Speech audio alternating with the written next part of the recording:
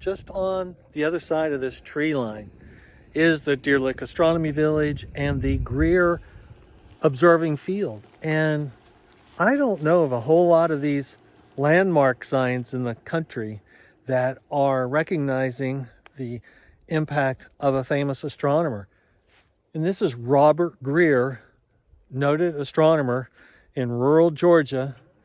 This is actually the home of his father, Aaron Greer. It was a plantation, and Robert was born here and evidently a Revolutionary War soldier, and eventually ended up becoming very accomplished in astronomy, producing astronomical calculations. This is all, he was born in 1782, and his almanac, the Greer Almanac, was first published in 1807. And this gave him quite notoriety, and according to this landmark, became a household name throughout the late 1800s and mid to late 1800s. So ironically and well thought out here, this astronomy location is literally at the other side of this tree line from this landmark recognizing Robert Greer, famous astronomer from the 1800s.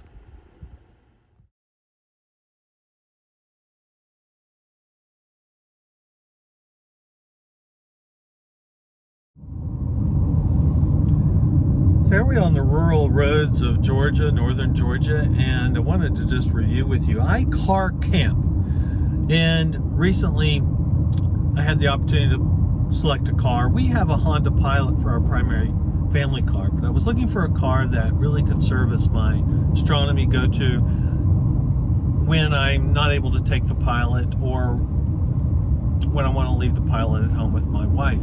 And so this is the option I went with. This is the Honda CRV Hybrid. I had a hybrid as a company car with the RAV4 and was very impressed with it. Was generally averaging about 40 miles per gallon. So far with the CRV Hybrid, I'm averaging 37.1 at home. But I was curious how it would do on this trip with a fully loaded car with a lot of weight and climbing up and over the many of the Appalachian Mountains down in southeastern Kentucky and climbing up and over into Asheville.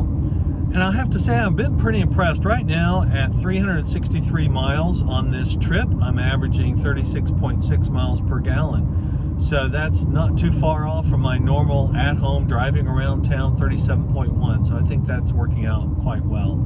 And I just sleep in the back. So far, everything has been very comfortable. I can't fully stretch out. I'm 5'9". I can't do a full stretch in the back for sleeping, but I can stretch enough. It's comfortable enough. So far the Honda CRV is serving me well as my go-to astronomy camp option. Okay, I thought I would end today's recap just giving a little glimpse into the images that I've taken. This is M104. This is M4. These are all with the monochrome camera. And these are raw images, just one file. This is Markarian's chain. I really hate to show these because, as you know, it changes a lot from first raw image to final process. This is O3 data on the Eagle Nebula. I cut my exposures a little short here. I went with 300 seconds versus my 600 second exposure here with the hydrogen alpha data that you can see. So I'm going to do a narrowband combination. And this is just a really sneak peek into the row of Fucus raw data capture on the MC Pro. So that's it from today. We'll talk to you tomorrow.